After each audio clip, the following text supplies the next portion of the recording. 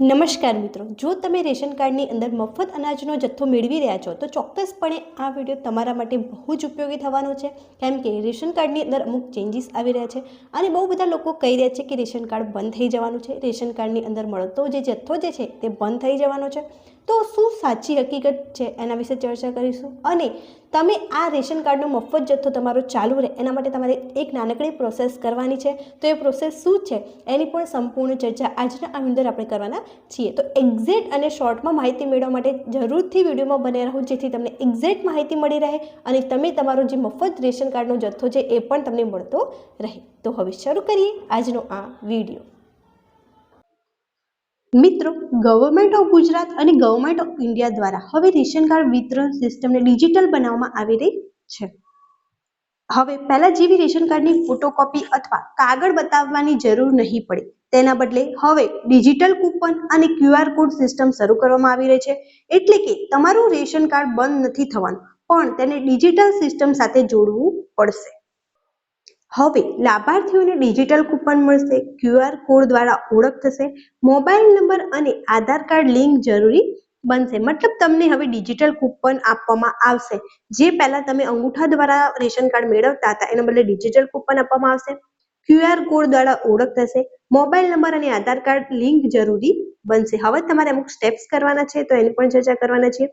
આનો મુખ્ય ઉદ્દેશ શું છે? તો ગેર લાભાર્થીઓ જે છે તેને દૂર કરવાનો છે, સાચા લાભાર્થીઓને અનાજ મળે અને સંપૂર્ણ પારદર્શિતા રાખવી.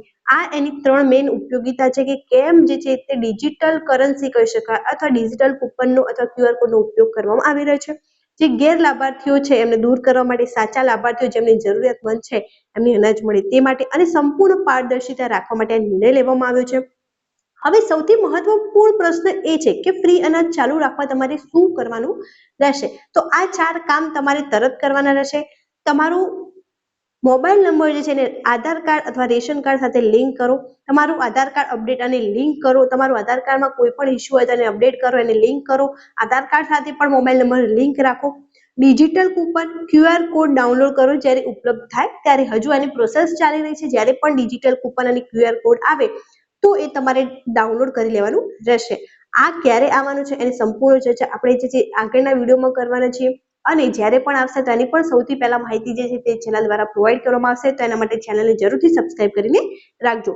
રેશન લેવા જતા સમયે QR કોડ અથવા ડિજિટલ કૂપન જે છે તમારે બતાવવાની રહેશે, જેથી તમને તમારો મફત અનાજનો જથ્થો મળવા પાત્ર રહેશે. પણ ફરીથી સ્પષ્ટ કરી દઉં કે હવે રેશન કાર્ડ બંધ નથી થવાનું, ફ્રી અનાજ બંધ નથી થવાનું. માત્ર સિસ્ટમ ડિજિટલ બની રહી છે અને તમારે તેમાં અપડેટ કરતું રહેવાનું છે.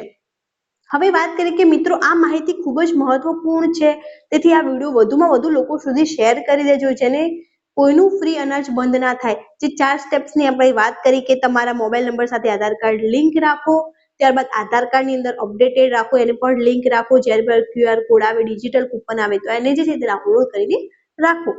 અને આવી બીજી ગવર્મેન્ટ રિલેટેડ અપડેટ્સ લેવા માટે ચેનલને જરૂરથી સબસ્ક્રાઇબ કરી લેજો. અમારી ચેનલ દ્વારા જે છે તે government update, scholarship regarding, student related તમામ ઇન્ફોર્મેશન, ગવર્મેન્ટ સ્કીમ રિલેટેડ તમામ ઇન્ફોર્મેશન અને નવી જે સરકારી જોબ આવી રહી હોય એની પણ તમામ માહિતી આપવામાં આવે છે, જેથી આવી ભવિષ્યમાં પણ કોઈ માહિતી આવે તો એની સૌથી પહેલી માહિતી તમને મળી રહે. ધન્યવાદ.